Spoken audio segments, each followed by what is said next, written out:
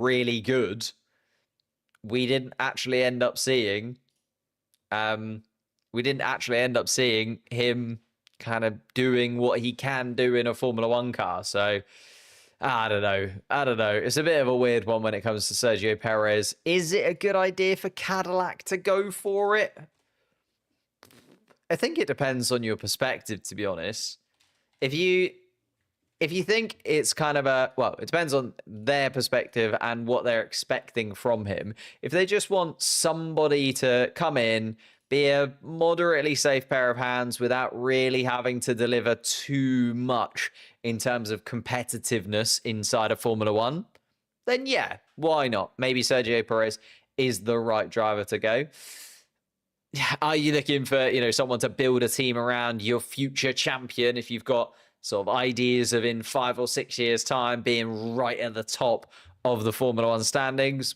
Maybe not. So I like the idea of Sergio Perez, but not as a long-term driver for the Cadillac team. I think there are much better options available to them if they're looking very, very long-term in terms of it. But yeah, we did get to see the Cadillac F1 launch, the Cadillac F1 team sort of.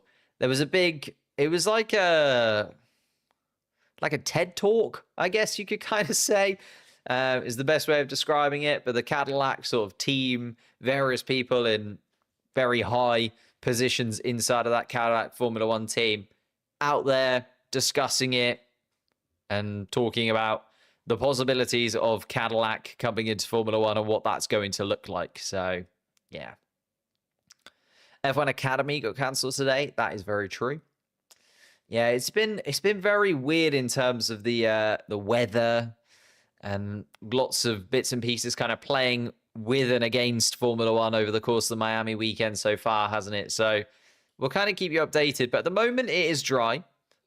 And at the moment, it looks like we are going to be okay. Still no rain. I mean, it's 26.5 degrees. It's pretty humid.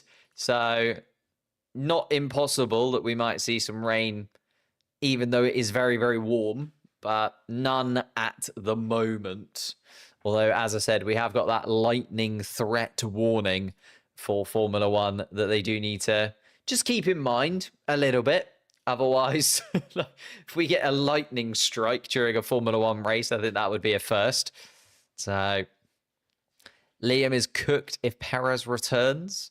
I mean, Perez wouldn't return to anywhere near the Red Bull seats. It would certainly be Cadillac that he would go to.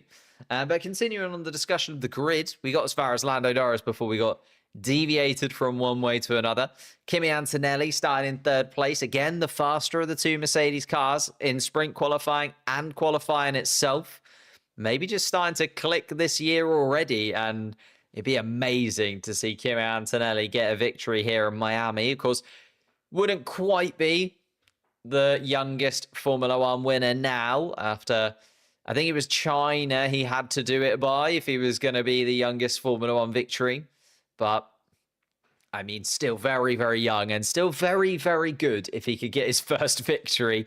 And, yeah, even a podium would be very nice to see for Kimi Antonelli as he's very much settling into his first season in Formula One and looking like the superstar that Toto Wolff and the Mercedes team were expecting him to be. Oscar Piastri, our current championship leader, sits down in fourth place. He was annoyed with his lap, but also at the same time, you can't blame a lot of these drivers for the tiny, tiny mistakes that are costing them. It is so tight at the top of the pack that even the slightest little mistake means you drop from pole position contention to 4th, 5th, 6th on the grid. So they can't really beat themselves up too much, but Piastri will have a little bit of the bit between his teeth after he should have really won that sprint yesterday. Looked like it was in his hands for the longest period of time. Took the lead right at the first turn from Kimi Antonelli.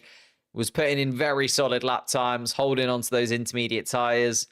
Pitted at the right time, seemingly, but not quite there for Piastri, and that safety car playing into Lando Norris's hands. He'll want a safety car in his favour this time around, if possible. George Russell then starts inside of the top 5 in his Mercedes car.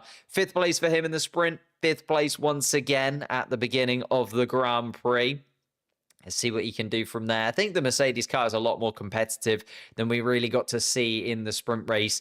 I think George Russell being hampered a touch by Kimi Antonelli, being stuck behind his teammate for a little while, meant that he never quite got the ball rolling. Ooh, thank you for the super chat. GameStar 17, Max versus Piastri battle for winning incoming fire versus ice.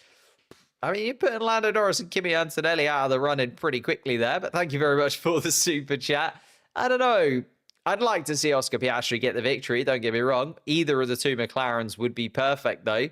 It would be nice to see a Verstappen versus Piastri battle. We obviously got to see that a little bit down towards turn 1 in Saudi Arabia, and it didn't go well for Max Verstappen picking up that penalty. Whether or not that would change... You know, would the battle between them really start to develop? How would that battle look? We'd have to wait and see. If you do want to subscribe to the channel, that'd be absolutely amazing as we get to the 7 minutes before the Grand Prix is starting. We're trying to get 130,000 subscribers, and you can also become a member to the channel. If you do become a member, you get access to the post-race live stream that we do. We have a little bit of a half-hour, 40-minute, 45-minute chat after the race to watch the drivers up on the podium, get to break down a few of the major talking points from each Grand Prix, and they've been really nice actually over the course of the season so far. So if you want to get involved in that, make sure you become a member down below. I'm calling it Sainz on the podium. He is starting in 6th place.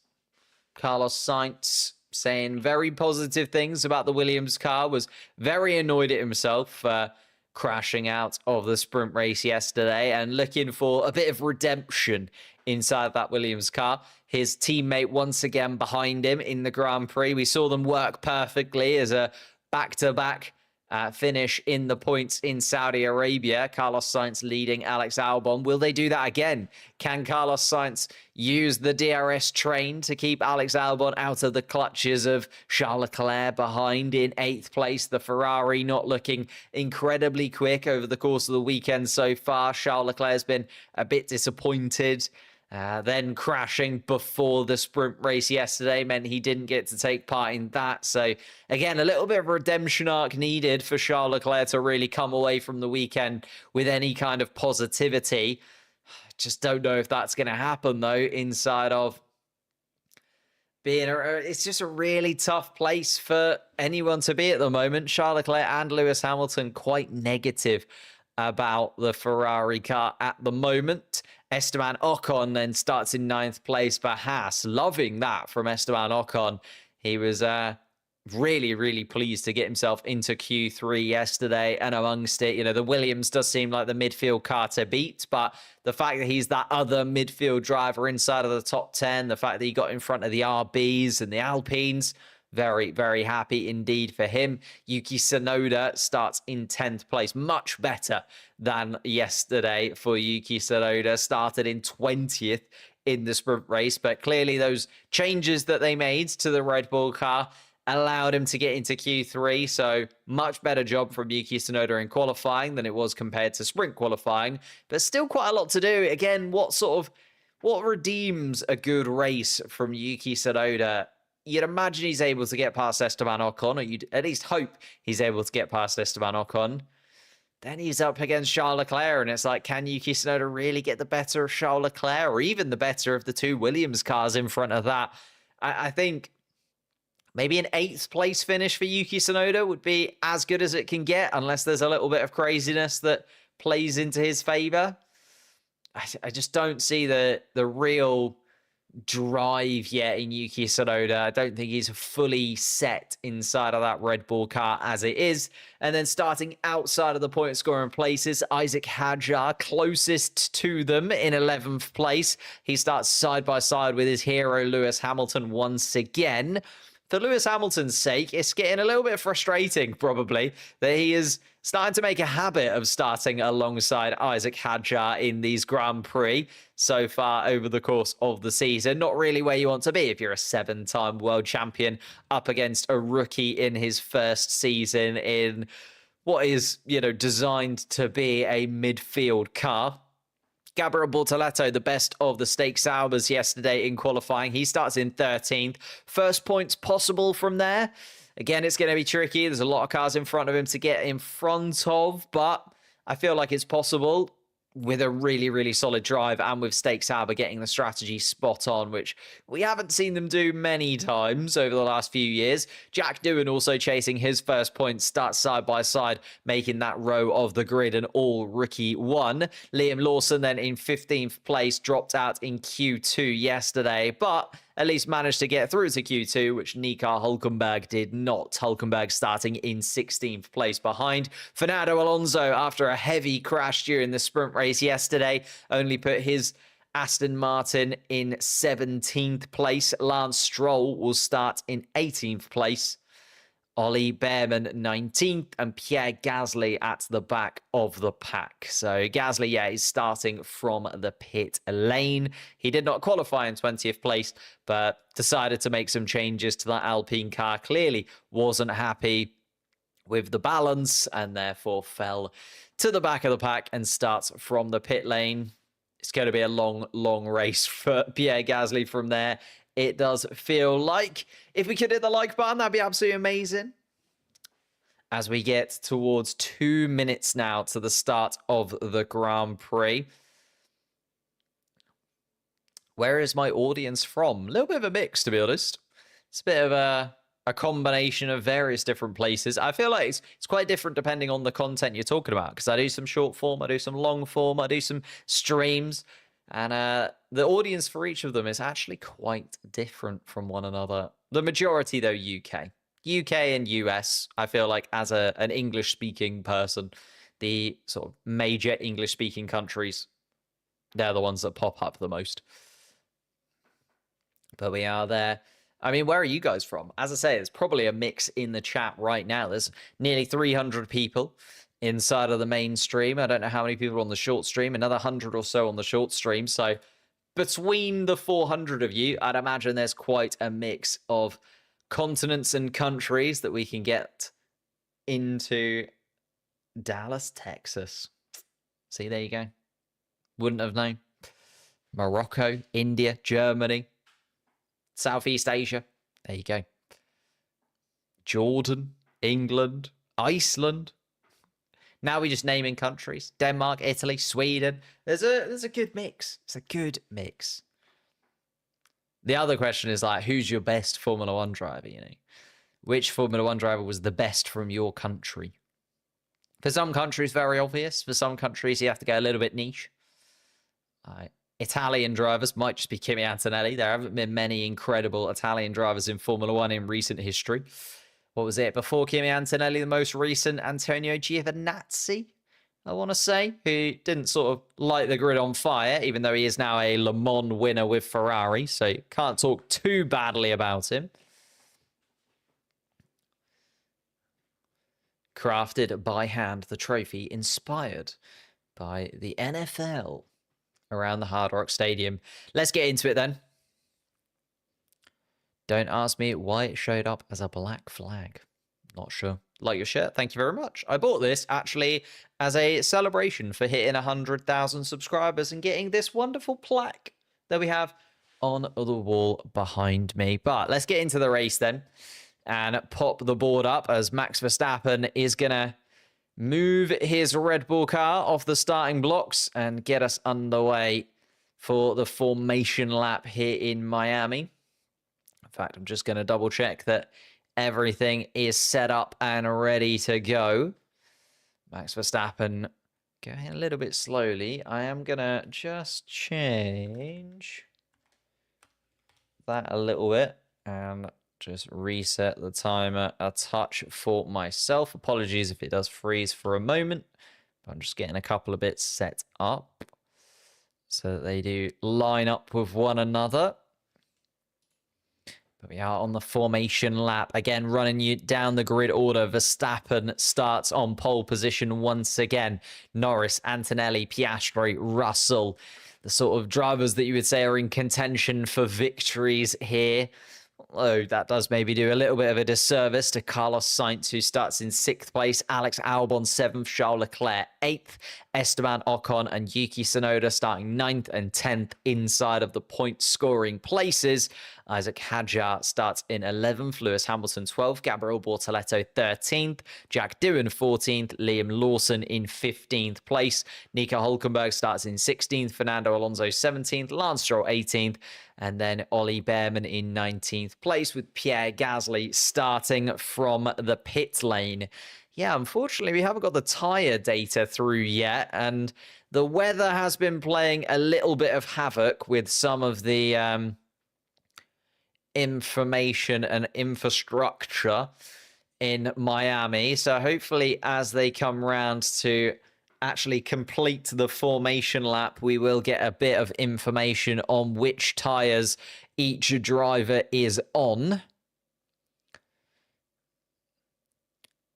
Miami, 270,000 people across the weekend have raced to the Hard Rock Stadium to watch Formula One, but this is what really matters in terms of the championship.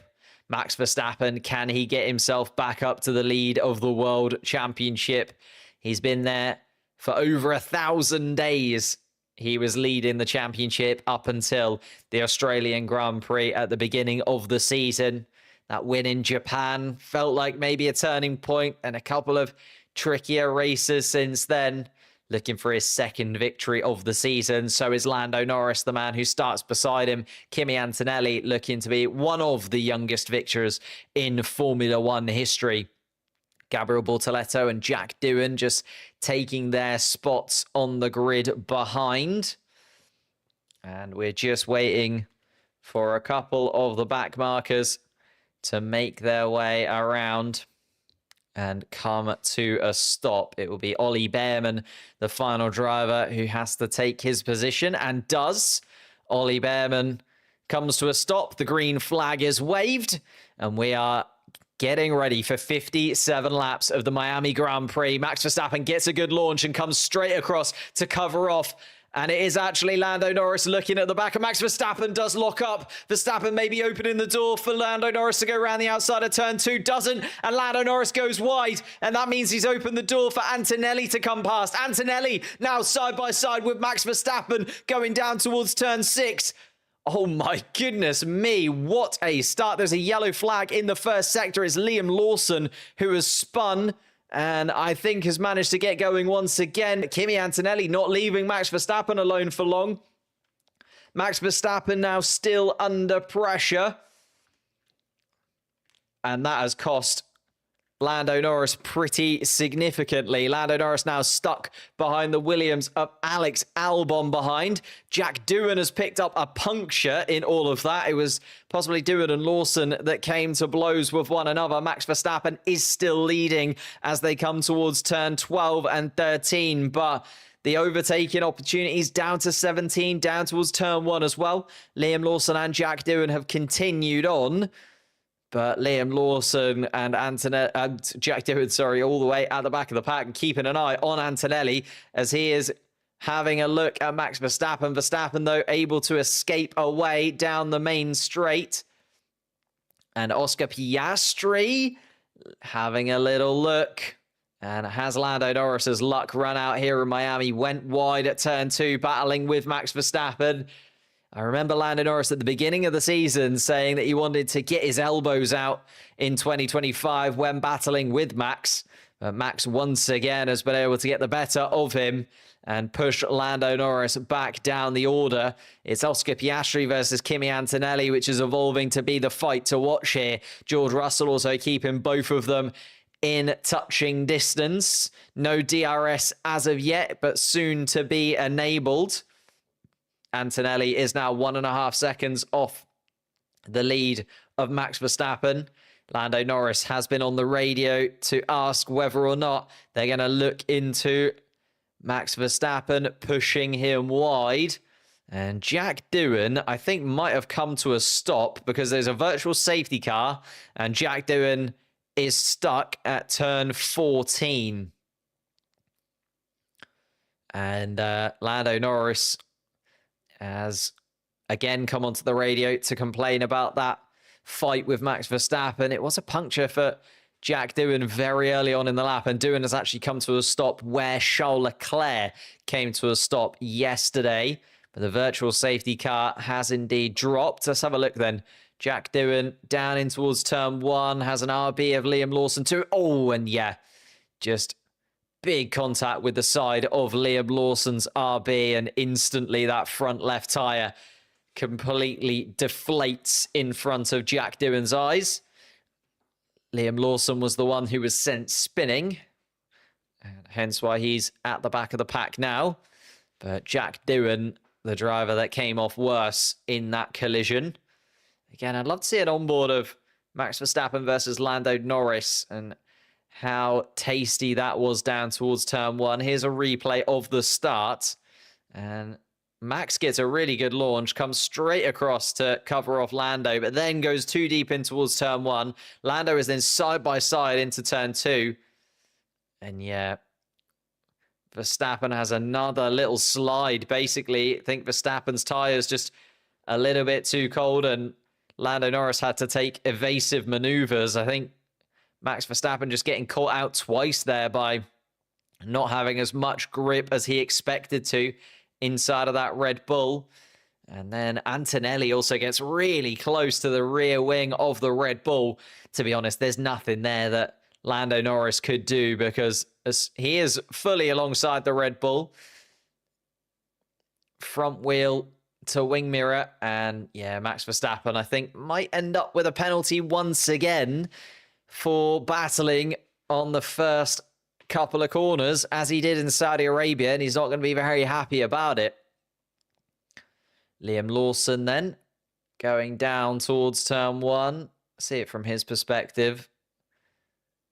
Yeah, that's where he just got clipped by Jack Doohan. And Jack Doohan then got that puncture. Lawson was able to continue on, but it's going to be a very long afternoon. There seems to be some damage to the floor of Liam Lawson's RB car as well. Here comes Ollie Behrman from 19th place. He got a good look at all of it. Saw the collision between the two in front. Had to watch as the Aston Martins and Stake Saubers dived out of the way of the collision as well. Gabriel Bortoletto keeping himself in 13th place for now, though. Hadjar still 11th. Hamilton still 12th. A little bit of a shake around inside of the top 10. Lando Norris, the main loser, dropping down to 6th place. Albon up into 5th, ahead of his teammate as well. Carlos Sainz has still managed to stay in front of Charles Leclerc, though. Tsunoda has managed to get in front of Esteban Ocon, but Ocon still running in the point-scoring places. DRS is now enabled, and the virtual safety car has come to an end. So lap 4 of 57 here.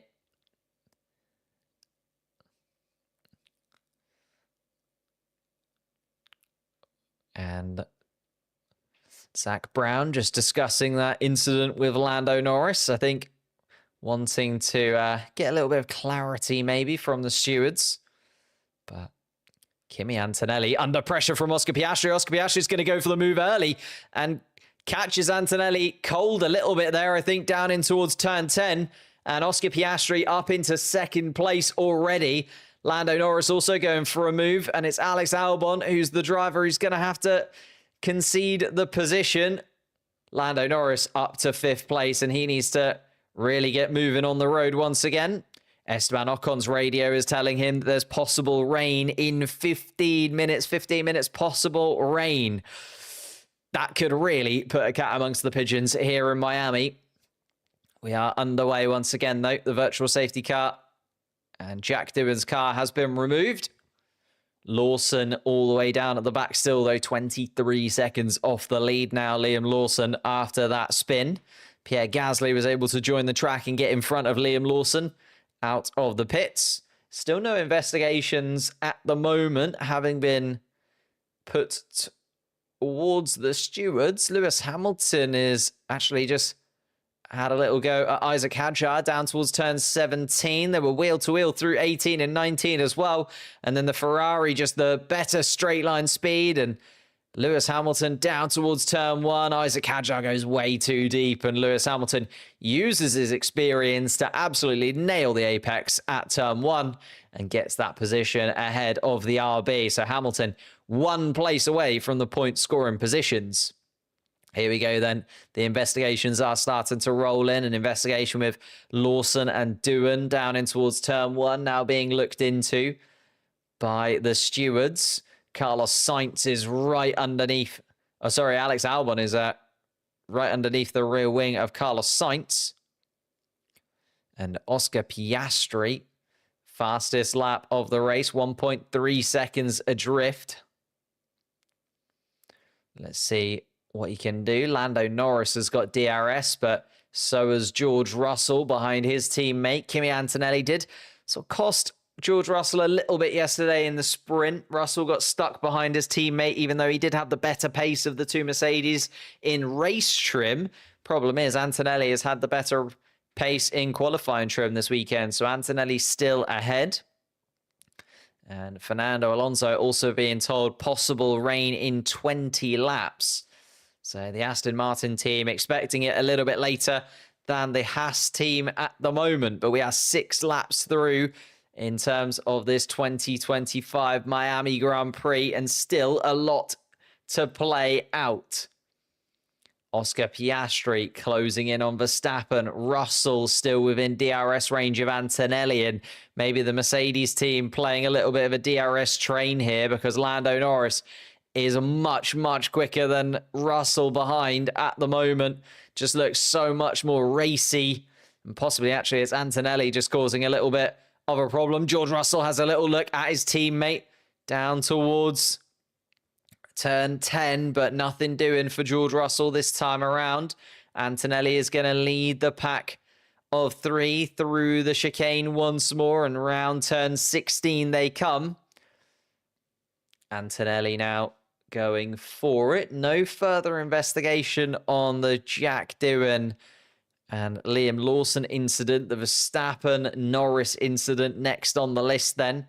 And Lando Norris does have a little look at George Russell, but the problem is both of them inside of DRS range of Kimi Antonelli.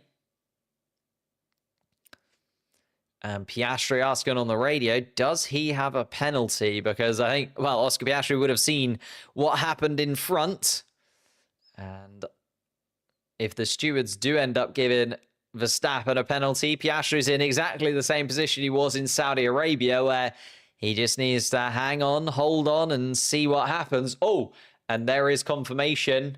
No further investigation. Verstappen versus Norris. So he is not going to get a penalty of any kind, as Lando Norris now looks to take a position back, and does indeed. Lando Norris up into 4th place ahead of George Russell. But there is confirmation. No penalty for Max Verstappen. So Norris is going to have to do it the old-fashioned way. He gets past George Russell through turn 2, turn 3, I think. Just broke much later than the Mercedes car. Looking very, very comfortable on those medium tyres as Lando Norris lunges into turn 6 and says, thank you very much, as he goes through turn 7. Lando Norris then now behind Kimi Antonelli.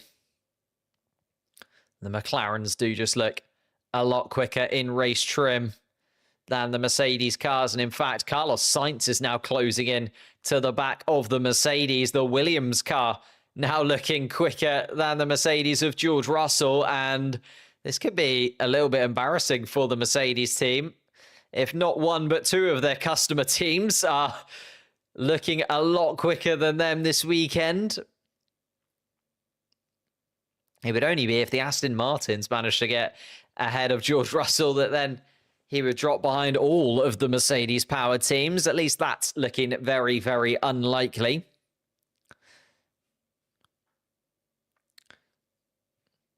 George Russell, though, has got to get a little bit of a wiggle on here. It does have to be said.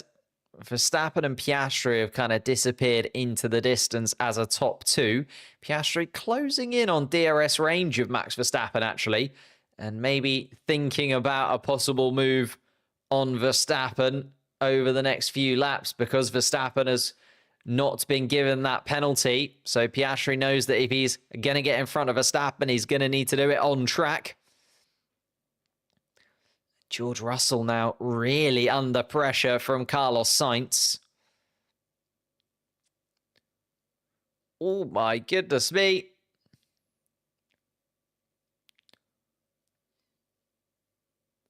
What happened to the tyre info? Yeah, unfortunately, it's not loading at all. It's not loading on either of my screens, though. I think it's just not available at the moment through F1 TV, unfortunately.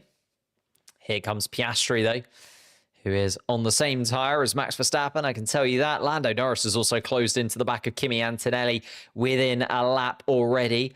Carlos Sainz and Alex Albon also sniffing at the back of George Russell.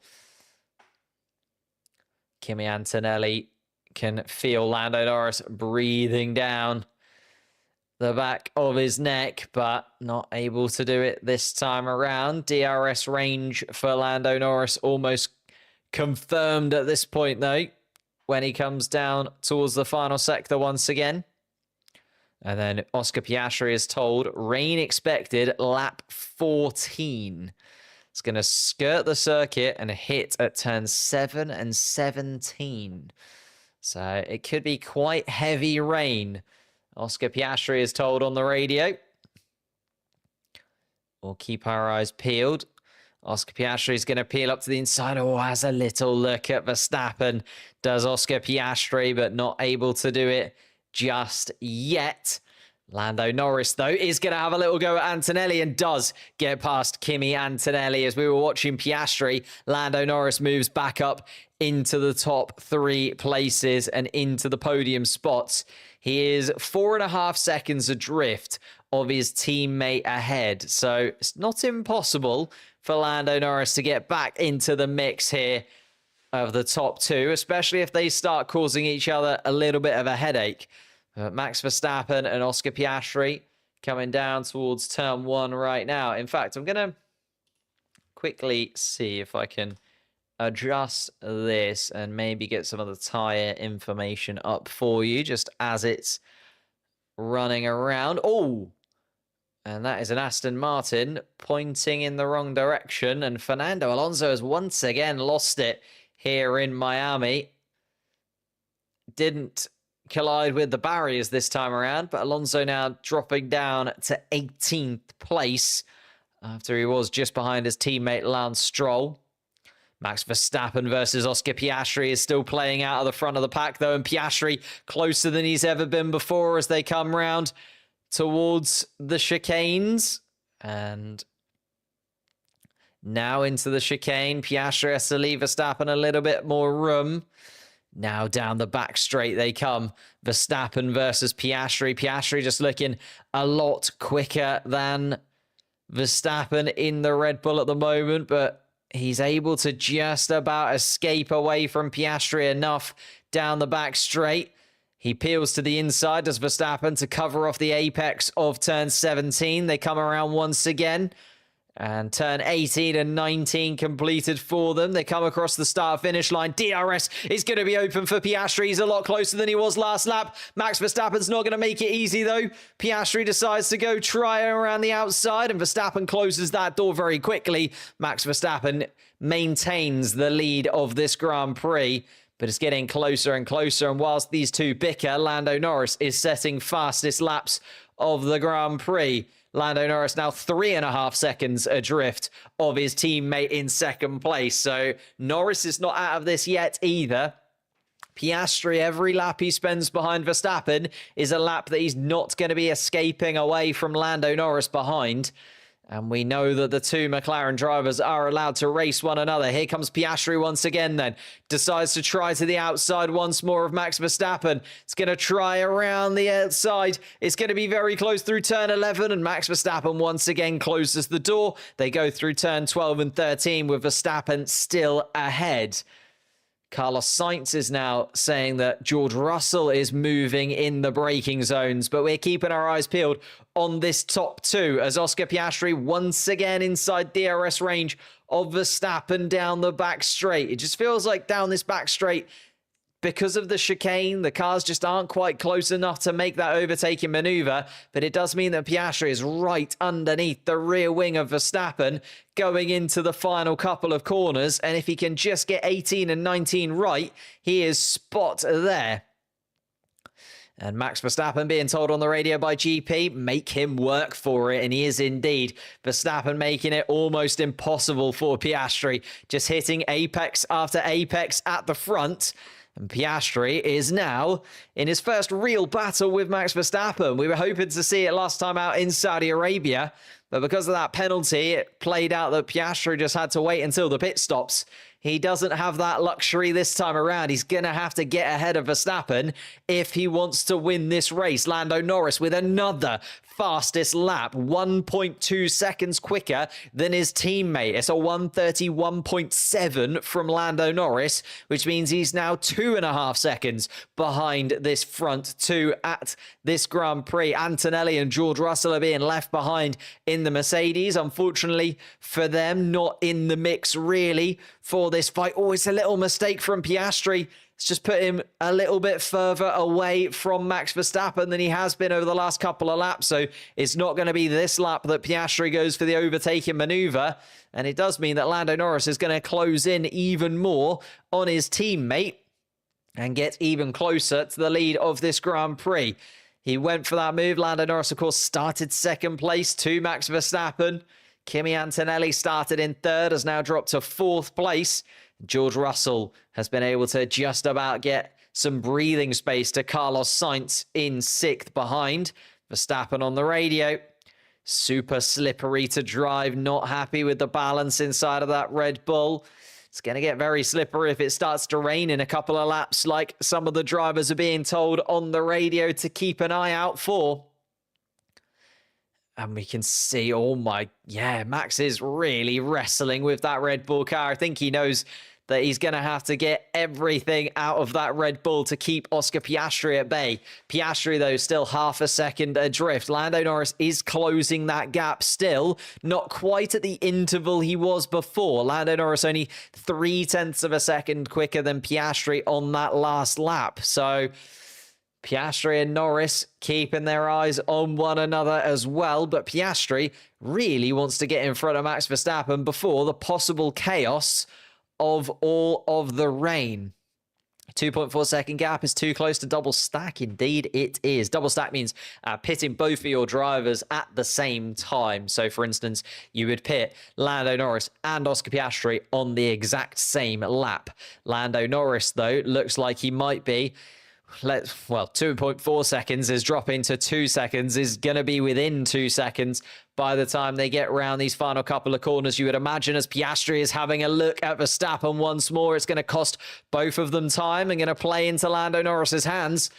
As we get closer and closer, Oscar Piastri underneath the rear wing of the Red Bull once again. He's had a couple of laps to wind up for this maneuver. He's got DRS wide open. He's tried to go around the outside once more. Max Verstappen has forced wide, and Max Verstappen has gone too deep into turn one and opened the door for Piastri, and Piastri has gone in front of Verstappen.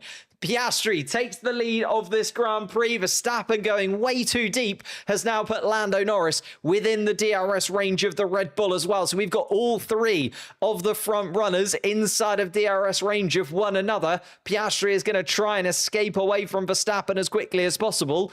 And Verstappen versus Norris is going to help him out there, because if Norris is also going to try and get past Verstappen, surely that's going to cost both of them a similar amount of time that it cost Oscar Piastri to get past the Red Bull.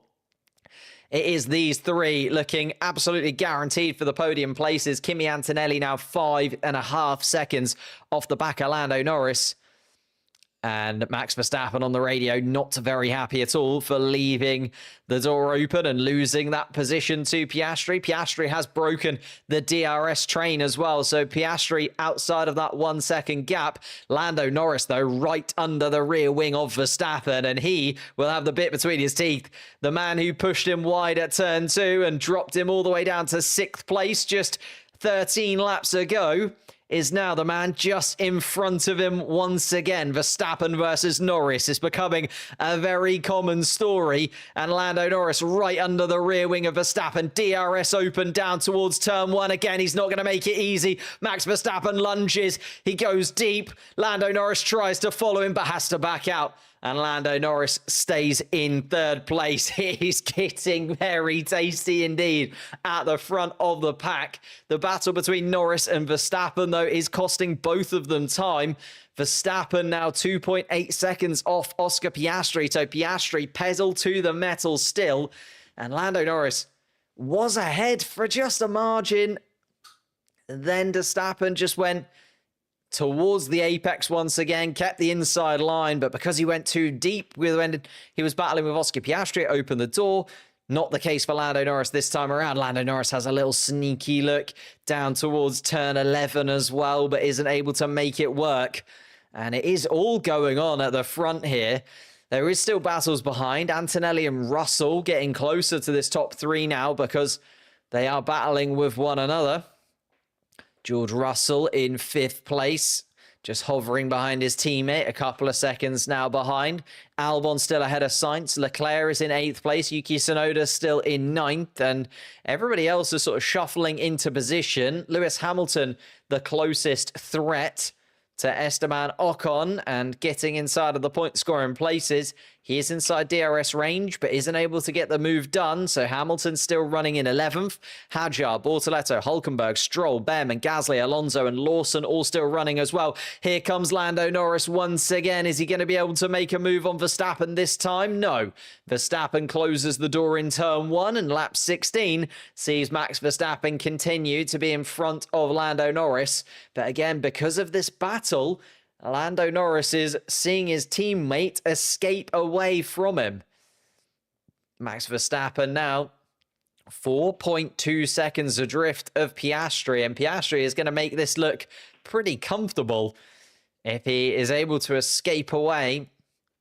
I suppose that did open the door for Lando Norris to get into this situation anyway. The battle between Piastri and Verstappen was the reason that Lando Norris was able to make up over a second a lap at points. And Max Verstappen has gone very deep through the chicane, through turn 11 and turn 12, but Verstappen maintains his position in front of Norris, but Norris is able to get right under the rear wing, and everything is all over the shop, is the radio message from Verstappen. Oh, and Alex Albon has supposedly got a water pressure leak inside of that Williams car as well. That is not good news. That is something that you can't really nurse home over the course of nearly 40 laps, but we'll see if Albon can do it. Here comes Lando Norris once again, though, keeping our eyes peeled on this battle for 2nd place.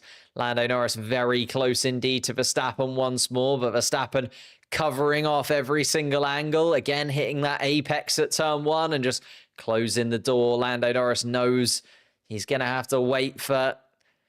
Again, is it going to be a little mistake? That was what let Oscar Piastri through, as Piastri now sets the fastest lap of the Grand Prix. And you can see Piastri is just on a league of his own at the moment, a 131.6 compared to a 133.1 from Verstappen. And it's that battle between Verstappen and Norris that is going to continue to play out and is going to continue to give Oscar Piastri all of the help that he needs as he's going down towards his 4th victory of the season and just continuing. And here comes the elbows from Lando Norris down into turn 10. He gets up the inside of Verstappen and pushes Verstappen off the track. Lando Norris says, here you go then. If you're going to do it to me, I'll do it to you. And Max Verstappen is not very happy about that. Locks up into the chicane. Wow, here we go then. Can Verstappen get anywhere close to Lando Norris? DRS and slipstream down the back straight. Verstappen is not going to be very happy about that maneuver from Lando Norris, and I'm waiting for the radio messages to GP because they are going to be fruity. And here comes Max Verstappen then, down towards turn 17. He would not let that sleep, and he has not let Lando Norris lie in second place. He gets it back from him straight away into turn 17. And maybe Lando Norris was told to hand that place back. It seemed a little bit easy for Max Verstappen there. But Verstappen right down into the apex. He wanted it, he needed it, and he got it. He's now 8.5 seconds off Oscar Piastri, though. Piastri bossing this Grand Prix from first place and looking absolutely untouchable now that he has taken the lead of it.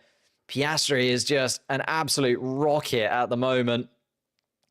Every single time he gets into the lead of the Grand Prix at the moment, it just feels like he is going to be able to get it every single time. Oh, Carlos Sainz being investigated.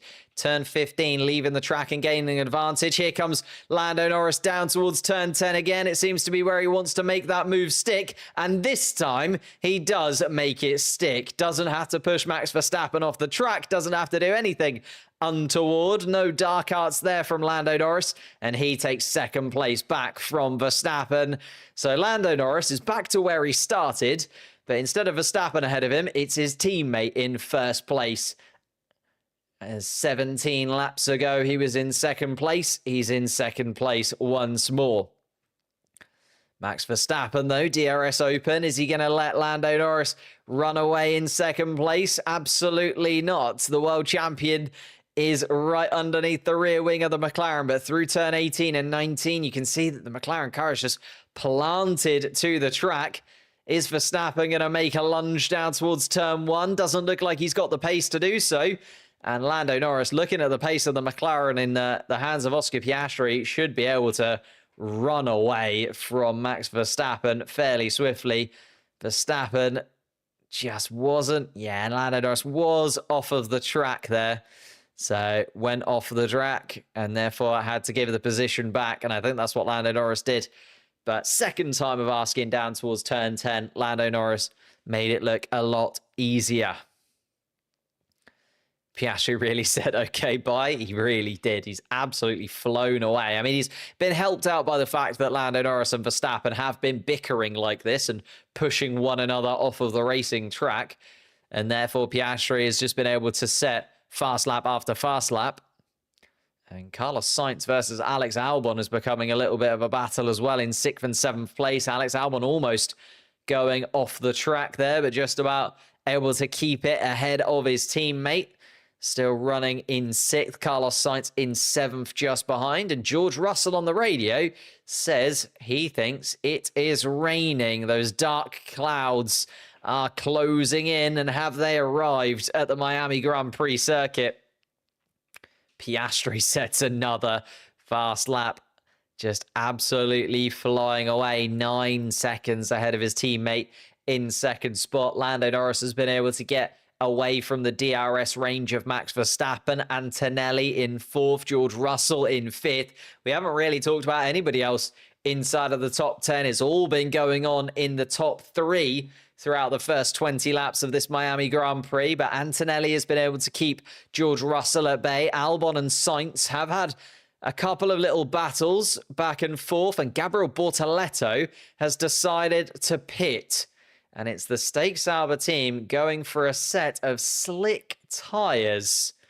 So they are expecting it not to rain. Stake Sauber decide that the hard compound tyre is the compound tyre they would like on Gabriel Bortoleto's car. He's going to come out in 18th place. And they're going to... It's a bit of a gamble.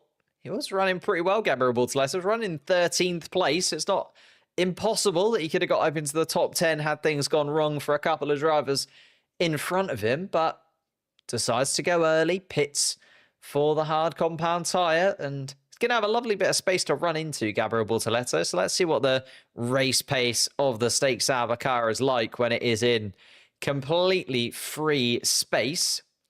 Oscar Piastri is just coming down towards turn 1 once again. Verstappen versus Norris again has been investigated and deemed no penalty. So the stewards being very nice to everybody today. No penalties have been awarded thus far. Verstappen, Norris, Doohan, Lawson and Sainz have all been under investigation. Verstappen, Norris and Sainz all under investigation for various track violations, but have not been given any kind of penalties for them. Hamilton is still hounding at the back of Esteban Ocon, knocking on the door of the point-scoring places. Lance Stroll decides to be the next driver to come in and change his tyres. So a few of the teams gambling that the rain is not going to come. The radar, though, does seem to show that the rain clouds are coming. If it is going to bring the wet stuff, Bortoleto and Stroll are going to be a little bit silly, having pitted for slick tyres. But if it doesn't rain, then it could be a really good position for them to be in, because everybody else is going to try and go quite long on their strategy. And as they go longer and longer, they're inviting those cars to be quicker and quicker. Gabriel Bortoleto been very quick, already closing in on the back of Fernando Alonso. Came out of the pits 12 seconds adrift and is now 10.9 seconds. So is closing into the back of the Aston Martin on those fresh tyres.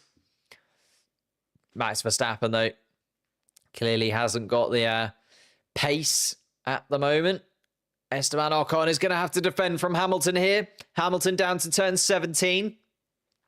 Gets alongside Esteban Ocon, but Ocon covers off the apex. Hamilton then follows around 18 and 19. DRS open for Lewis Hamilton. Down the pit straight. They come across the start-finish line. But can Hamilton have a go down towards turn 1? Not this time around. The Ferrari just doesn't look planted enough on the track at this point to be able to get in front of Esteban Ocon's car. They continue on then.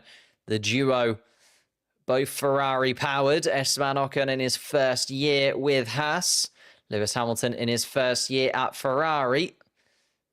And Lewis Hamilton trying to get ahead of Esteban Ocon and trying to get some points on the board after a very successful sprint race, but not so successful qualifying yesterday.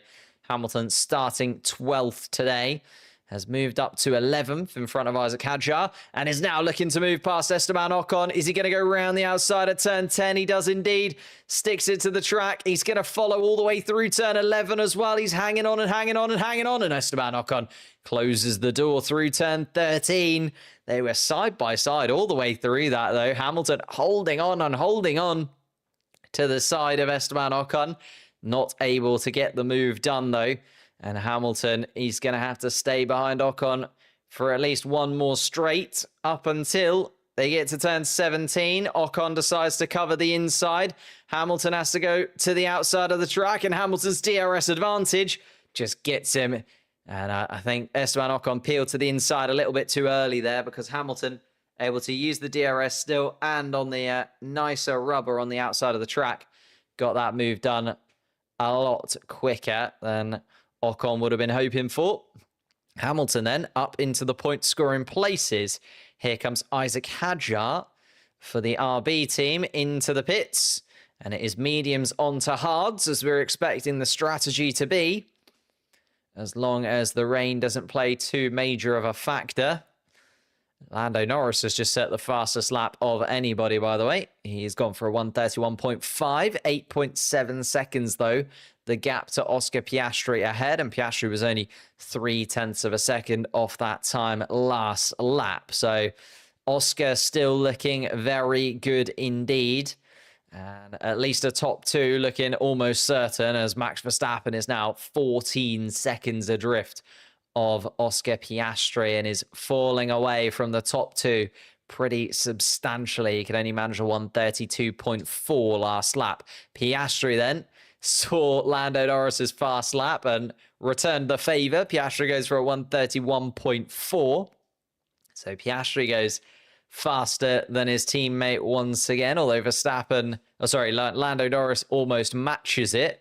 Verstappen still not able to do so and is falling away from the McLarens. Is then still Antonelli in 4th and Russell in 5th.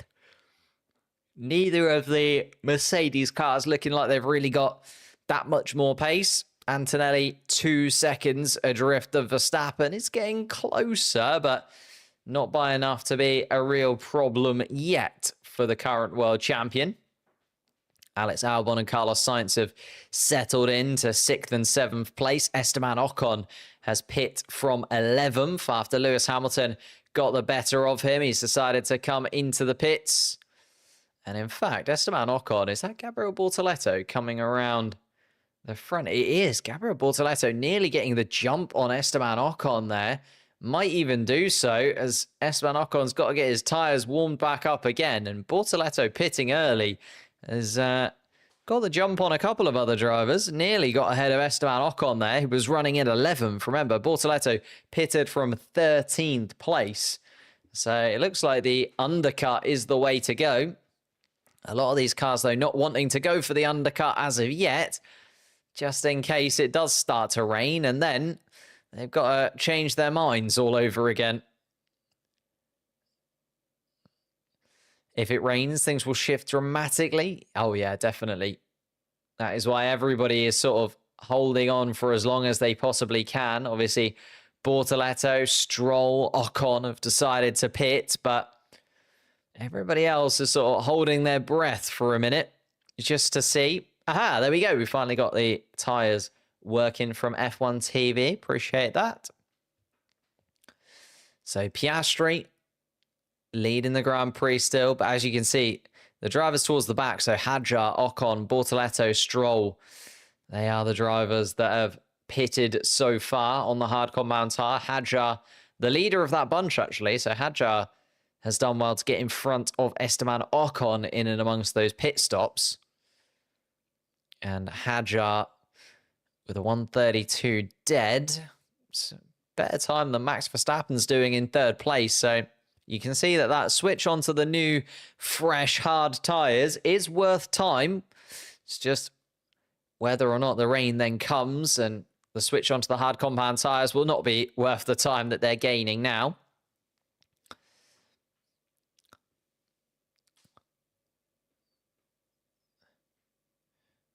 Lando Norris being told on the radio, possible light drops of rain, but looking like it will only be in turn 17. So that would not be enough to really dramatically change what everybody is thinking of doing. And Kimi Antonelli is going to be the first driver of the front runners to box by the looks of things. He is indeed, comes in for the Mercedes team. They are basically saying that they don't think the rain is going to come. Carlos Sainz also pits behind, and Antonelli was held up a little bit there by the Williams of Carlos Sainz coming into the pits. It's unfortunate for Kimi Antonelli. It's going to cost him a couple of seconds and maybe give George Russell the opportunity to run in front of him, although George Russell is going to have to put in some stellar lap times as Antonelli has come out in a little bit of space ahead of Nico Hulkenberg. Has got a bit of room to run into. Lewis Hamilton, the next car up on the road, currently in 8th spot, but yet to have pitted. So as I say, Antonelli, the first of those front runners to decide to come in and change tyres. Let's see what kind of pace he has got, because if he is dramatically quicker than the front running cars, then they're going to have to think about changing pretty swiftly and basically deciding that the rain is not going to come. Oliver Behrman is under pressure from Pierre Gasly in 12th place. Gasly just coming up to the rear end of Ollie Behrman. The Alpine all over it. Max Verstappen decides to box too. So the two McLarens continue on, but Verstappen pits from 3rd place. George Russell doesn't pit. Russell continues on. Alex Albon does pit, though, in Williams. And it's a very solid pit stop from Verstappen, covering off the Mercedes, possibly, of Kimi Antonelli there with that pit stop. Alex Albon and Verstappen in the pits. Verstappen is going to come out in front of Antonelli. Is Alex Albon going to come out in front of... Wow. Okay. Alex Albon actually coming out almost side by side with Kimi Antonelli. So Carlos Sainz has been left a little bit in the dust by Alex Albon there. Sainz now quite a couple of laps adrift. And Antonelli with that slow stop then nearly got caught out by the Williams cars, but not quite yet. And George Russell then might come out in front of his teammate, but we'll have to wait and see. Verstappen was still able to get out ahead of Kimi Antonelli by a considerable margin. 3 seconds the gap between Verstappen and Antonelli at the moment. And Piastri and Norris just continuing to lap in the 131s, the mid 131s, 131.4 and a 131.6 from the two McLarens in first and second place. Verstappen has caught up to the back of Lewis Hamilton on fresh, hard compound tyres, is going to make the move getting past the Ferrari look fairly simple. And Verstappen then moves back in front of Lewis Hamilton once again and up into 6th place. Yuki Tsunoda into the pits in his Red Bull car. The two Ferraris still yet to have pitted. The two McLarens also. George Russell is running around in 3rd place. Verstappen, though, the front runner of the guys who have pitted so far. Antonelli in 7th. Albon's pitted. Sainz has pitted.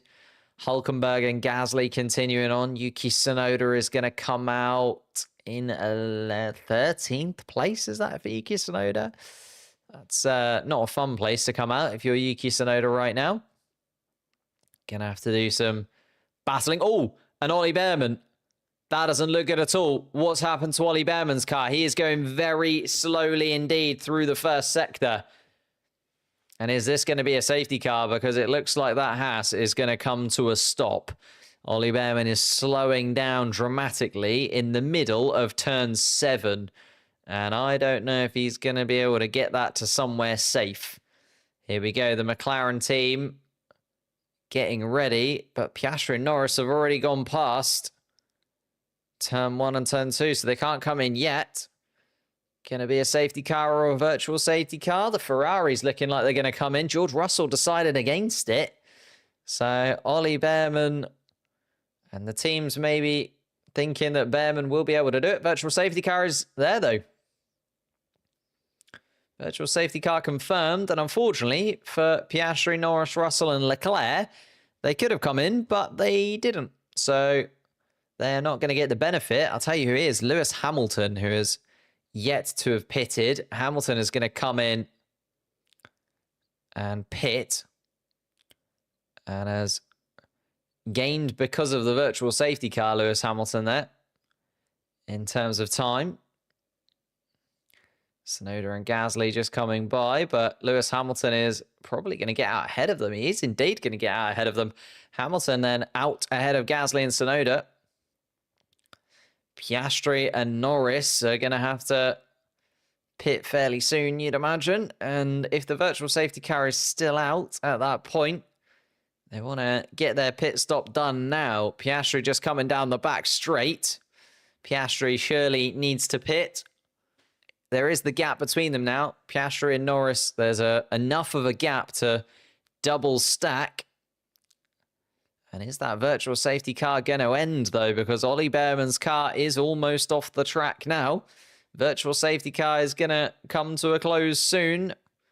George Russell and Charles Leclerc might not benefit from it. Virtual safety car is still out for Oscar Piastri as Piastri comes into the pits. It's a pit stop under the virtual safety car for Piastri. And out he goes once again. Oh my goodness me. Here comes Lando Norris for the double stack at McLaren and gets it done. A very nice double stack indeed from the McLaren team. So Piastri is going to come out still at the front of the pack. Lando Norris also. George Russell then does make it into the pits before the virtual safety car comes to an end. Will Charles Leclerc? Looking like he will. So Charles Leclerc might be a real winner here, depending on how quickly they can get the tyres onto that Ferrari. George Russell is going to come out ahead of his teammate, possibly even ahead of Verstappen. Here comes Max Verstappen, but the virtual safety car has ended, and Verstappen is going to get back up to full speed. So it's going to be super tight between Russell and Verstappen, but Verstappen is going to lose out, and George Russell is up into third place. Charles Leclerc is also looking to gain on the Williams of Carlos Sainz. Is going to be super close, and does. Charles Leclerc gets ahead of Carlos Sainz, so the virtual safety car playing into their favour. Ollie Behrman, don't know what kind of issue he had, but that virtual safety car, I should say, has played perfectly into the favour of Russell and Leclerc. Russell has gained a position, and Leclerc is now ahead of Carlos Sainz. And Gabriel Bortoleto is also now having an issue with his engine. All of the rookies are coming to a stop. Let's have a little look at the onboard from Ollie Behrman. It seemed like his engine just completely cut out. Oh, big puff of smoke and a flame from the back of the engine. That did not sound healthy at all inside of that Haas car, and he's just lost all drive. He was trying to get it home, but oof. And yeah, just lost everything. Power unit issue for Ollie Behrman means his race comes to an end.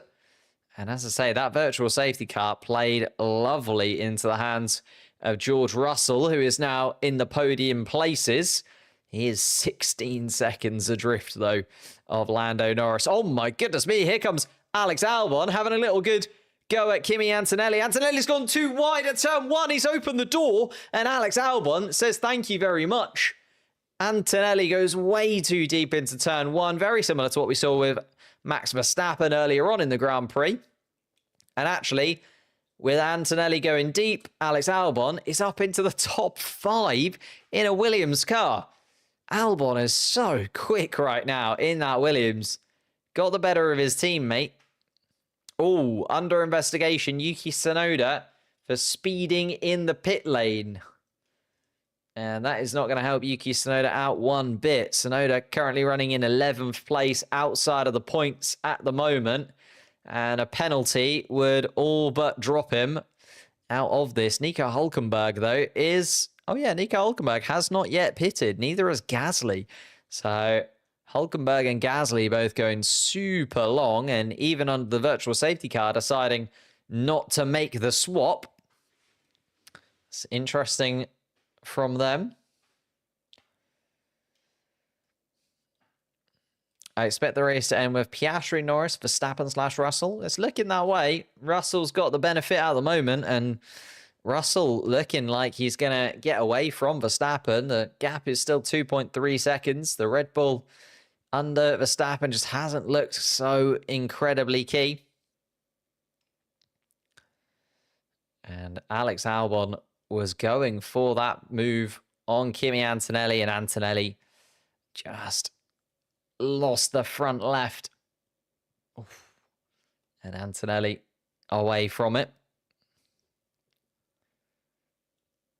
5-second penalty for Yuki Tsunoda then for speeding in the pit lane. And Gabriel Bortoleto is also going to drop to the back of the pack and retire the car. Bortoleto seemingly having a power unit issue as well. Ollie Behrman, his power unit issue.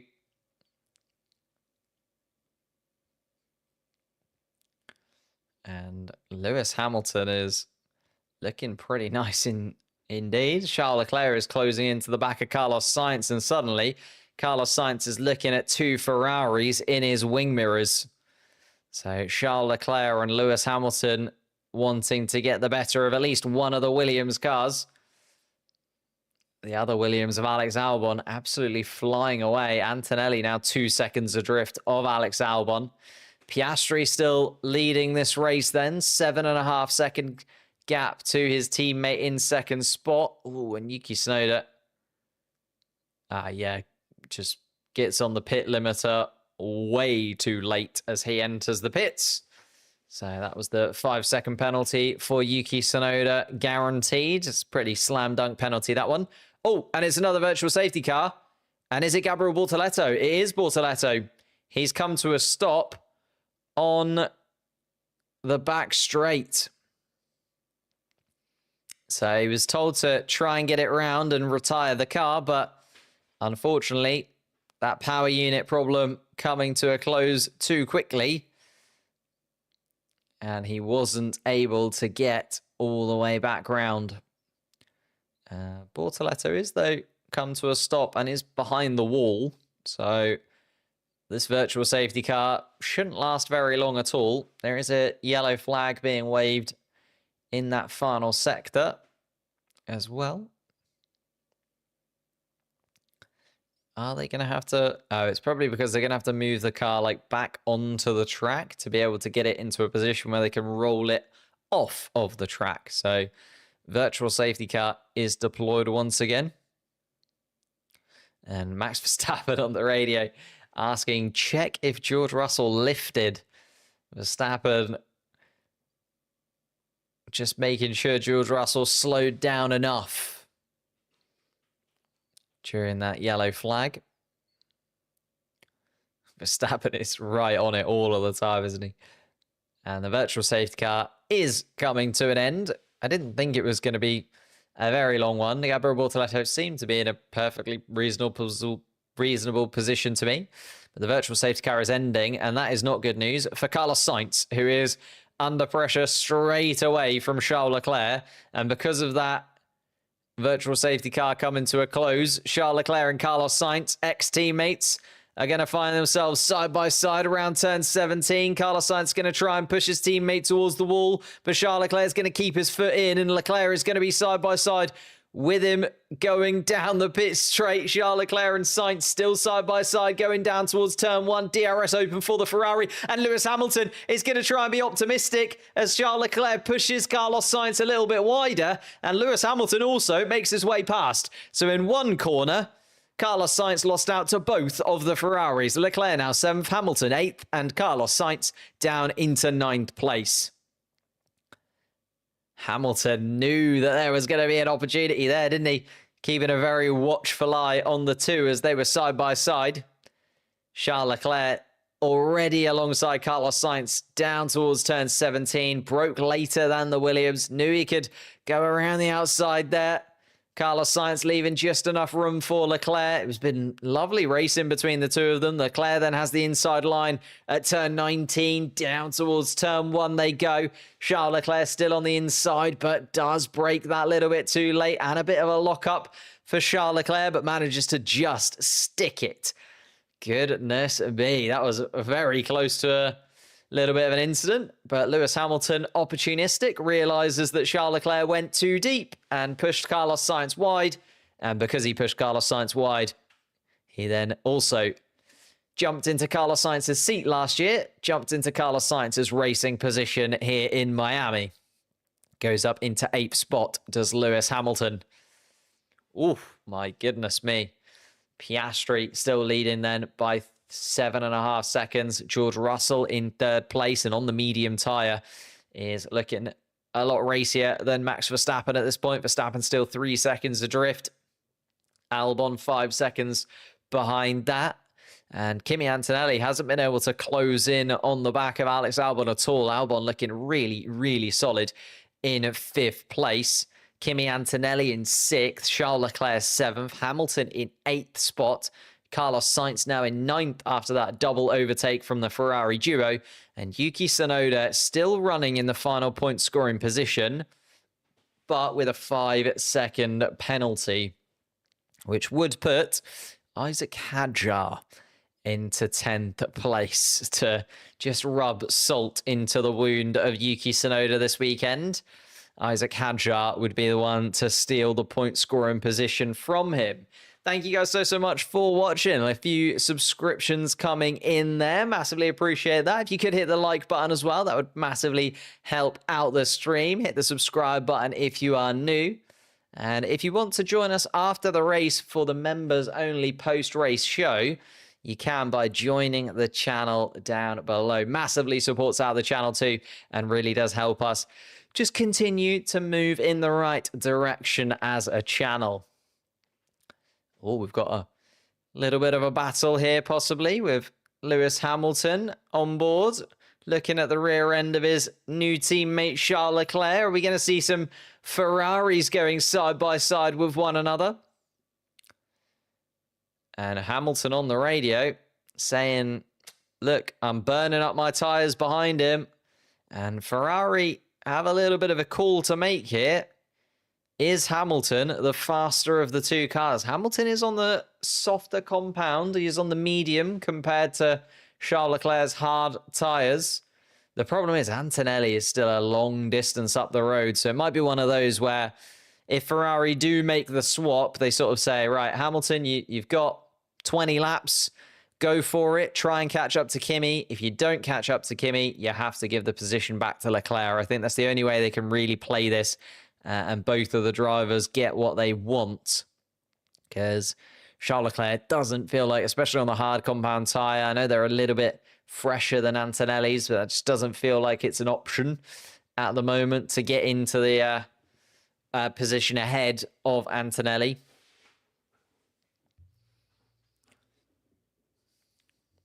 Hamilton should be like past. I think so. It is. I agree with him. He is on the softer tyre. He is looking the quicker of the two Ferraris right now. But unfortunately not the case at Ferrari for the moment. And Lewis Hamilton on the radio once again, asking if he's just going to sit here behind Charles Leclerc. Ferrari still not making their mind up, though, on what to do with their two drivers at the moment. So, can Ferrari make their minds up before it's kind of too late? Because as Hamilton said, he is just going to burn his tyres up behind his teammate here. Isn't going to help anybody. Oscar Piastri still leading. Lando Norris has been closing in a touch, but I think that might be because he was getting a bit of a DRS run behind Liam Lawson. Liam Lawson now being lapped by Lando Norris and running around at the back of the pack once more. I feel like that damage to Liam Lawson's car has just completely put him out of any kind of competitive running. And in fact, I think Liam Lawson is coming into the pits once more. Is it going to be our fourth retirement from the Grand Prix? And another rookie to kind of join the graveyard of rookies. Only Hadjar and Antonelli still running of the two. Hamilton has DRS down the straight. We're still watching this battle between the two Ferraris, and Hamilton on the radio once again.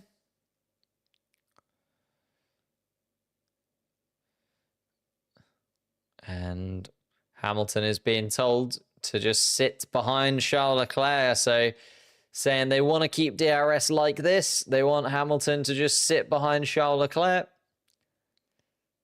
And by keeping the DRS, even though he's not going to be able to get the move done, and that is the confirmation that Liam Lawson has indeed come into the pits and retired from the race. He joins Gabriel Bortoleto, Ollie Behrman and Jack Doohan as drivers that are no longer on the racetrack as Piastri starts lap 38 of this, lap 39 of this Grand Prix. Lando Norris then coming across the start-finish line as well. And Hamilton on the radio still making complaints and still not happy with the positioning as it stands. He's saying that he wants a little bit more from the team here. And Ferrari needed to make the decision long ago if they were going to swap their drivers, didn't they? Oh, no, they have finally done it. Charles Leclerc's been told to swap positions, even though Hamilton was just told to stick behind Charles Leclerc. Really weird decisions from Ferrari at this moment in time. Hamilton is finally given the position and has actually broken the DRS from Charles Leclerc anyway. But 5.4 seconds the gap then. I think they've just waited way too long at Ferrari there. Should have let Lewis Hamilton go. If they wanted Hamilton to go, let him go. You know, like go early, go sort of 3-4 laps ago, because Hamilton has been quicker than Charles Leclerc over the last 4-5 laps. But Antonelli now has a bit more of a gap than he did have beforehand. And Antonelli running around in 6th place. Hamilton 5 seconds adrift. Still a little while to go. 18 laps still to complete for Lewis Hamilton, but he's going to need some pretty good pace advantage to Kimi Antonelli to not just catch the Italian, but also overtake his replacement at Mercedes.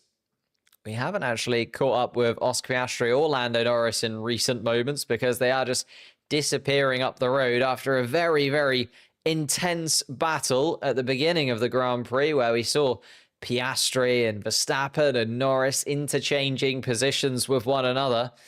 It is now just the case that Piastri is running around at the front, still around a 7-second gap to his teammate, and George Russell is then 23.3 seconds behind, so he has gone. Don't really count Lawson as a rookie. Very true. Yeah, he's not really a rookie. But the race is now sort of settling into an order a little bit, you would say. It's whether or not Hamilton can catch Antonelli, which I don't really think so. He was only 0.2 of a second quicker last time around.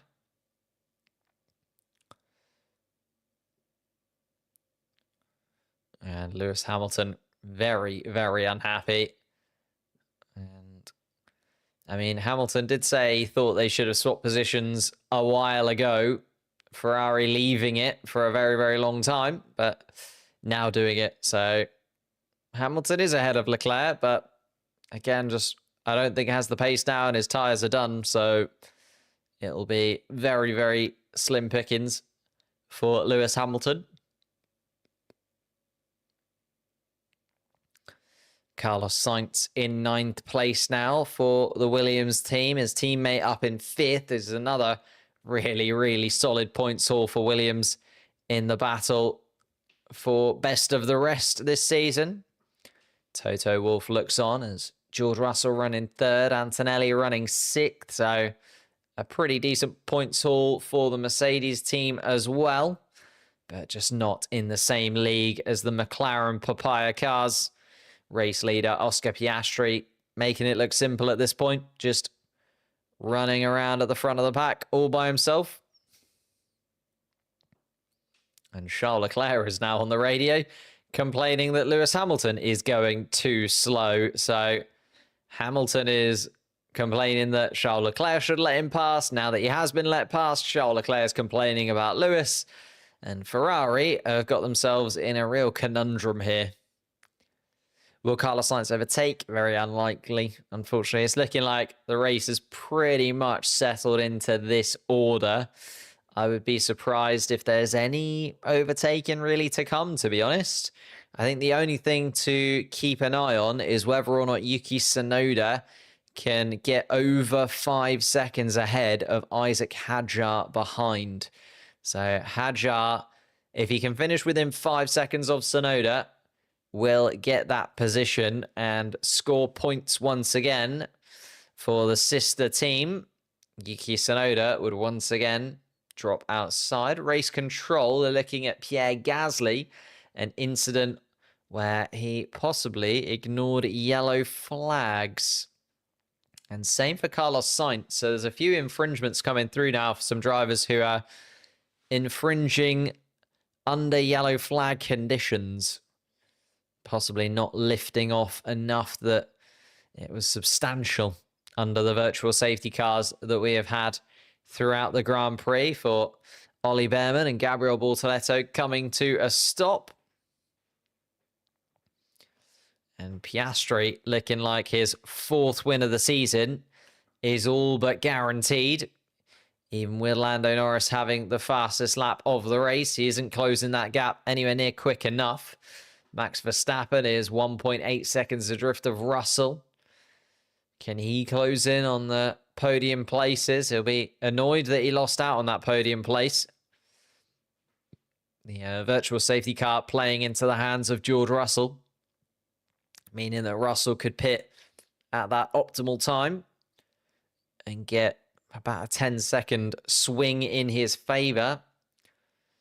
Verstappen, though, 1.7 seconds behind. Albon has slotted into a comfortable 5th place at this moment in time. 7.7 seconds off Verstappen, but also 3.5 seconds of Antonelli in 6th. Lewis Hamilton has closed in on Antonelli. It's gone from 5 seconds to 4.2. But Lewis Hamilton is not really closing in on Antonelli quick enough, you would say. And Leclerc now on the radio once again, just complaining about being stuck. And because Lewis Hamilton has been given that place, he was hoping that Hamilton would disappear up the road, but Charles Leclerc is now just sitting in dirty air, isn't he? And complaining that his tyres are now overheating and he's getting the worst of the two Ferraris, having given the position to his teammate. Carlos Sainz, though, is just still hanging on to the back of the two Ferraris, just in case something does happen between the two of them. He lost 2 positions down towards turn 1 when Charles Leclerc made that overtake, and Lewis Hamilton, an opportune little manoeuvre from him. Carlos Sainz dropping a couple of places, but could gain them back once again if those two Ferraris decide to bump into one another at any point. Yuki Tsunoda, as I say, running in 10th, but with a 5-second penalty. So Tsunoda does need to make sure that he finishes 5 seconds ahead of Isaac Hadjar. Well, more than 5 seconds ahead of Isaac Hadjar, which is not looking like the case at the moment. Isaac Hadjar is 4.8 seconds off. So 0.2 of a second, but 0.2 of a second that do mean he would gain the points and Tsunoda would go home empty-handed. Those two Ferraris absolutely hate each other. Yeah. Well, I don't know if they hate each other. I think they more just are not happy with the situation that they're currently in, right? You're not going to be happy if you're in a Ferrari. You're expected to be one of the faster cars this season, and you're having to settle for 7th place and 8th place when a Williams is running in 5th. And you're kind of last, all right, of the top 4 teams. Both of the Mercedes ahead of you. Both of the McLarens ahead of you. Verstappen ahead of you. You are losing out pretty substantially, Ferrari, at this point in the season. Carlos Sainz running around in 9th spot as well. In fact, we can have a little look at the championship standings as they would be, because at the moment, it would mean Oscar Piastri is still leading the championship by a little bit of a margin. Piastri would be 6 points ahead of Lando Norris. Oh. And Charles Leclerc having an issue. 16 points ahead. Oscar Piastri would be of Lando Norris in 2nd spot. Max Verstappen would still be in 3rd, but starting to fall away from the two McLarens at the top of the sheet at the moment. In fact, George Russell would gain slightly on Verstappen, but there'd be no change in terms of their championship position. Charles Leclerc, Antonelli, Lewis Hamilton would also stay in the same spot, although Antonelli would be only 3 points behind Charles Leclerc as it stands. Hamilton would be another 5 points behind Antonelli. Alex Albon would be the biggest gainer of those, though. 10 points would put him on 30 so far this season. The next best driver in the midfield would be Esteban Ocon, who's on 14. So double the points of every other midfield driver. So absolutely ridiculous from Alex Albon, the start of the season that he's having.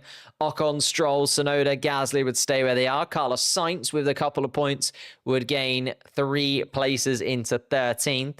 Hülkenberg, Behrman, and Hadjar would drop 1 place, although Hadjar, at the moment, would just about gain a point, and therefore would also be on 6, the same as Hülkenberg and Behrman. Alonso, Lawson, Doohan, and Bortoletto still with no points this season. Alonso, the only one of those 4 drivers still in this race, but running around in 15th. And the Aston Martins just look absolutely nowhere.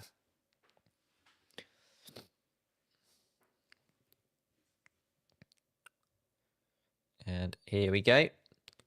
Max Verstappen then has actually closed in a little bit.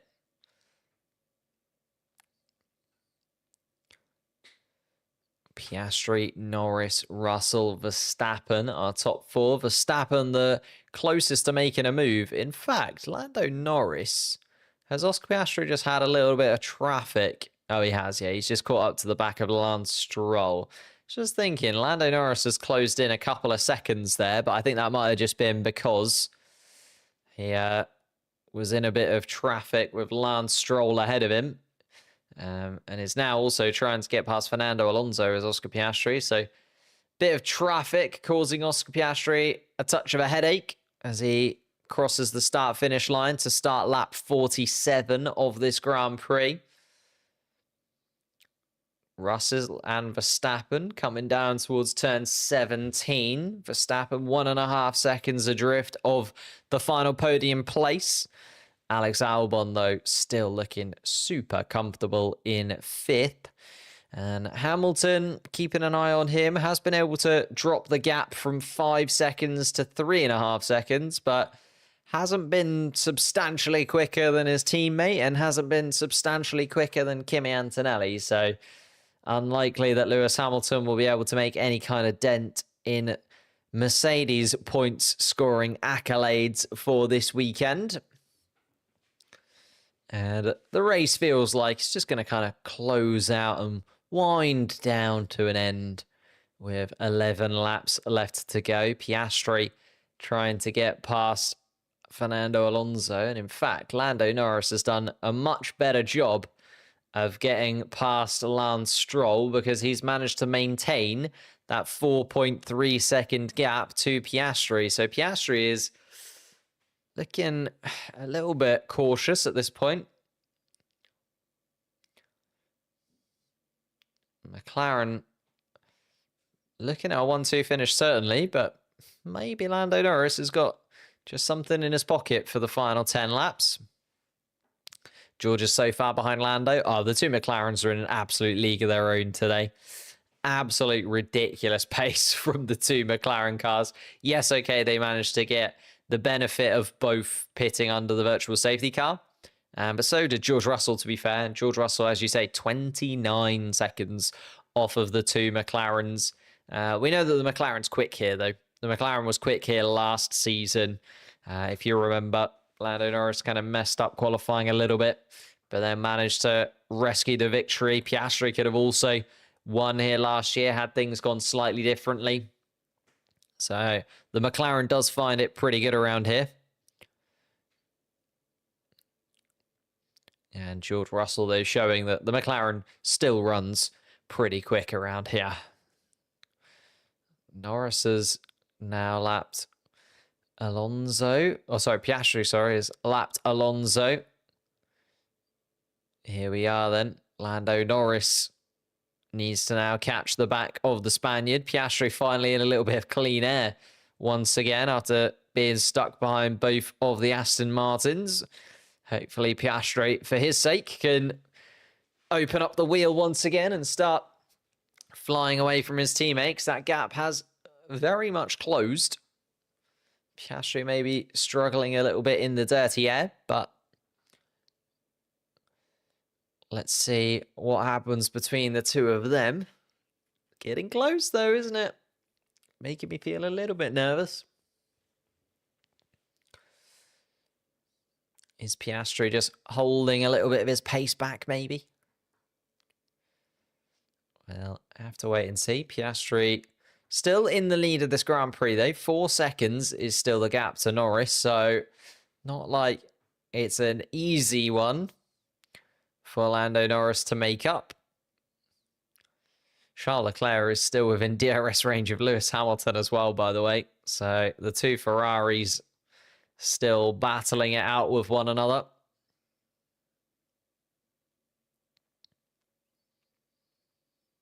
Maybe Lando Norris is just a little bit quicker. Max Verstappen, though, who was sort of gaining on Russell, has now dropped back to 2 seconds adrift of George Russell once again. Albon still running in 5th, Antonelli 6th, Hamilton 7th. Charles Leclerc, the first driver with DRS, inside of the top 10. Carlos Sainz in 9th. And Isaac Hadjar has fallen beyond that 5-second gap. So Tsunoda would just about hold on to 10th place, even with his 5-second time penalty. But there's still only a second or so in it. Hadjar could still get that final point score in place if he can get a few tenths, or if Tsunoda makes any kind of little error in the final few laps of this Grand Prix. Verstappen, though, he's just kind of closing in once again. Verstappen just seems to have these spurts of pace where he gets to sort of a second, 1.2 seconds off of the back of George Russell, and then doesn't quite get to within DRS range. Someone who is within DRS range is Charles Leclerc. Hamilton still 3 seconds adrift of Antonelli, so that dream of getting up into 6th place is absolutely never going to happen. Bit of a eye-opener for the Ferrari teammates. Will Hamilton give that position back to Charles Leclerc, considering he was given that spot to try and chase Kimi Antonelli ahead, although sort of 3 or 4 laps too late, really. On board with Nico Hülkenberg, I think, as Hülkenberg is gaining on Gasly, although for no real points gain at the back there. 13th place Gasly and 14th place Hülkenberg. Oscar Piastri, the closest driver behind Nico Hülkenberg, as both of the Aston Martins have now been dealt with. So Lando Norris is still 4 seconds behind, with both of the Aston Martins having been dealt with, but it felt like Piastri just lost a lot of time behind Carlos Sainz for some reason. And go back and look at that onboard to see what happened there. But 3.7 seconds the gap. It just feels like it's going to be a bit too much of an ask for Lando Norris in this one. Does make you wonder, had Lando Norris not fallen to Max Verstappen at turn 2, and had he just sort of decided to sit behind Verstappen for a couple of laps, how differently it would have played out. But he went for the move, got pushed wide, dropped down to 6th place, and the recovery from Norris to get back up into 2nd has been great. Could have been in Piastri's position, though, in my opinion. Had he just stayed ahead of Piastri for the first few laps, it is likely that Lando Norris would be running around in 1st spot. And Charles Leclerc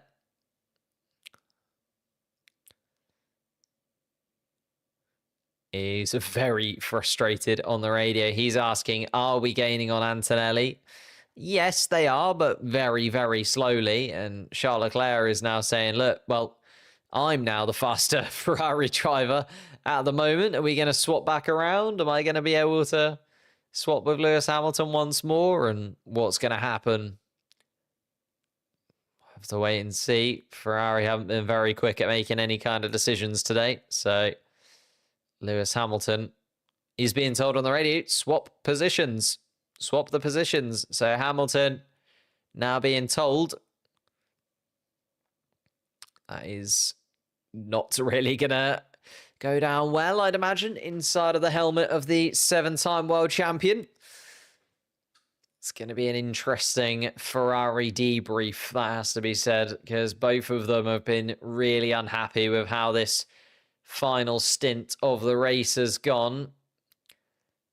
Charles is a little bit further adrift, and Hamilton not letting Charles Leclerc past just yet. McLaren absolutely flying. Piastri and Norris still leading. Yeah, Norris hasn't been able to get any closer than that 4-second margin or 3.5-second margin. So hasn't been the case that he's closed in on the back of his teammate. Maybe it was just behind Lance Stroll something happened, and that's why Piastri did drop a few seconds to his teammate. Leclerc on the radio again.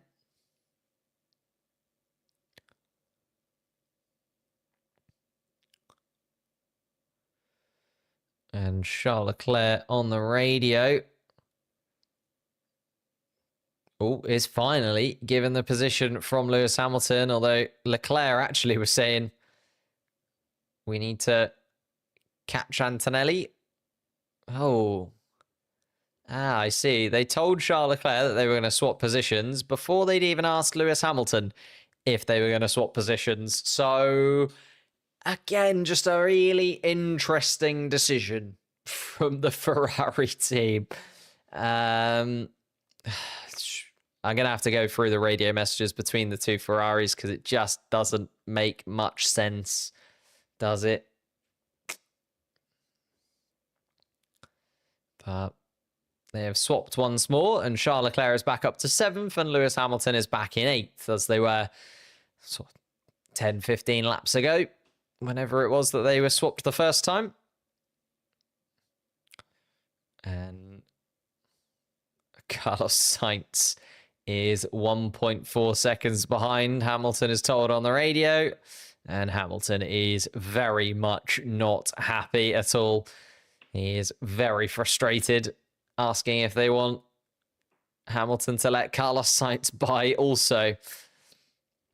And I'm sure we will hear a little bit more about that as we get into the debrief of the Ferrari race. But again, Ferrari just so far off the McLaren, so far off the Mercedes, don't look to really be in the mix, do they? You know, Charles Leclerc gained quite a bit pitting under the virtual safety car, but still nowhere close to Antonelli, Albon, or Verstappen. That's right, Albon in 5th place in a Williams, making the Ferraris look even worse than it.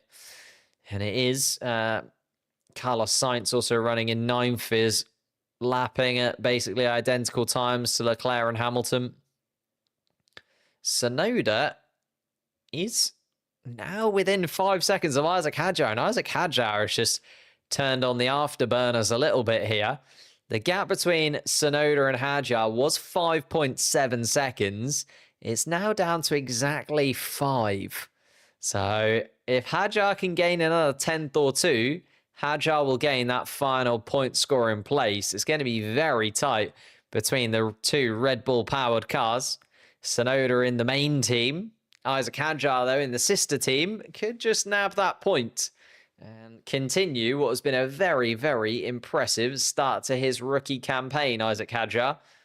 In fact, I was arguing yesterday that he's actually been the better of the rookies up until the point Kimi Antonelli put his Mercedes car on pole position for the sprint race. So Piastri, Norris, and Russell are top 3, just joining George Russell as he's now nearly 3 seconds ahead of Verstappen. Verstappen's just falling away a couple of tenths at a time. Albon then another 8.6 seconds. Antonelli another 6.5 seconds. Charles Leclerc has not been able to catch the back of Antonelli as he was hoping. Hamilton now outside of the DRS range of his teammate. Carlos Sainz another second behind. It just looks like these final few laps are going to wind down as they are. The only one to keep an eye on is Isaac Hadjar, who is now 4.7 seconds behind Yuki Tsunoda. That would be good enough to sneak the final point score in place. So Tsunoda's just coming across the start-finish line to start lap 55. They've got 3 laps left, the two Red Bull-powered cars in 10th and 11th spot. And Tsunoda versus Hadjar is about as good as a battle as we're going to get right now. And it's a time battle between the two. Tsunoda needs to finish the race more than 5 seconds ahead of Isaac Hadjar behind, unless Isaac Hadjar is going to get that final points scoring place. Wow.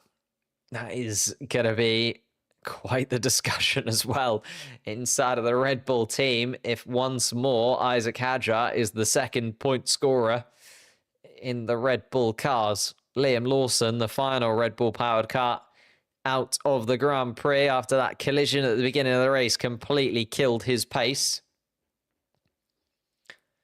Max Verstappen been told to keep it up. Oh, delay the downshifts. Verstappen also now having a little bit of a struggle of his own and having to nurse that Red Bull car home in 4th place, possibly. That's why we haven't seen him have a real go at the back of George Russell. Here they come again then. Tsunoda just comes across the start-finish line. And then Hadjar around the final corner. And the gap across the line was 4.971 seconds between Tsunoda and Hadjar. This is going to go right to the final couple of corners.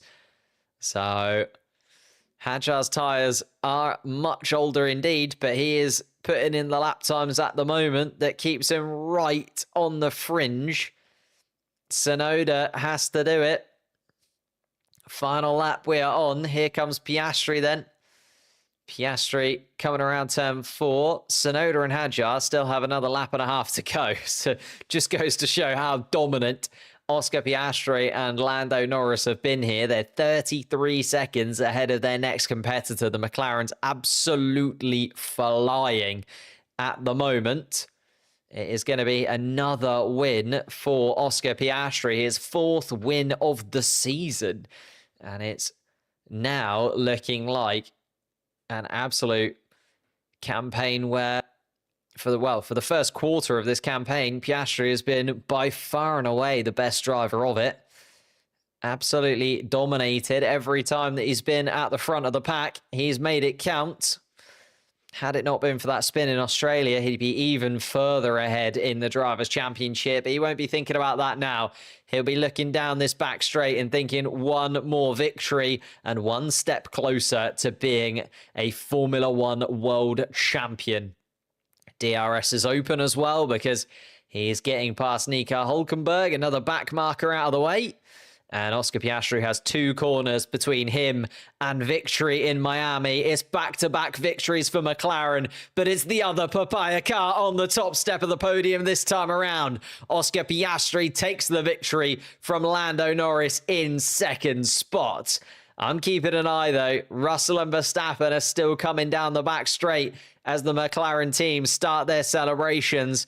Hadjar and Tsunoda, the gap is 5.2 seconds as Hadjar and Tsunoda come down towards turn 11. George Russell is coming around turn 17 to take the final podium place from Max Verstappen. It felt like Verstappen was going to be there, but Russell pitting under the virtual safety car just gave him the edge coming out of the pits, and he hasn't looked back since. Verstappen does indeed finish in 4th place behind. Alex Albon can take another incredible bow, finishing in 5th place in a Williams. Another 10 points on the board for him this season. Hadjar is closing in, though. Lewis Hamilton battling with Carlos Sainz. Carlos Sainz goes for a final lap maneuver, but it doesn't count for much. Leclerc, Hamilton, and Sainz come across the line in that order. Here we go then. Tsunoda coming around the final couple of corners. The gap is 5.09 seconds between Tsunoda and Hadjar. It is going to be right next to it, and Hadjar, finishes 5.16 seconds adrift. So Tsunoda can breathe a sigh of relief and takes 1 point home. Isaac Hadjar has to settle for 11th place. Ocon, Gasly, Hülkenberg, Alonso and Stroll, the other finishers outside of the points. Liam Lawson, unfortunately, joining Gabriel Bortoleto, Ollie Behrman and Jack Doohan as the drivers that had to retire from the race. Doohan, Behrman and Bortoleto all causing virtual safety cars. Liam Lawson did the best that he could after that bump with Jack Doohan in the first lap, but wasn't able to do anything much. And the pace just wasn't there after the damage to his RB car. Thank you guys so much for watching. Leave a like, subscribe, all of that good stuff. Oscar Piastri takes another step closer. Oh my goodness me, and Carlos Sainz and Lewis Hamilton actually did touch at that final corner. A real bang of wheels. Carlos Sainz decided to go really deep into turn 17. And, Carlos Sainz saying he moved a bit under braking there. That will go to the stewards, I'm sure. Lewis Hamilton and Carlos Sainz will be under investigation to see whether or not that might swap positions around if they deem Lewis Hamilton to have infringed. Carlos Sainz would need a 20-second penalty or something like that to put Yuki Tsunoda any higher up in the rankings.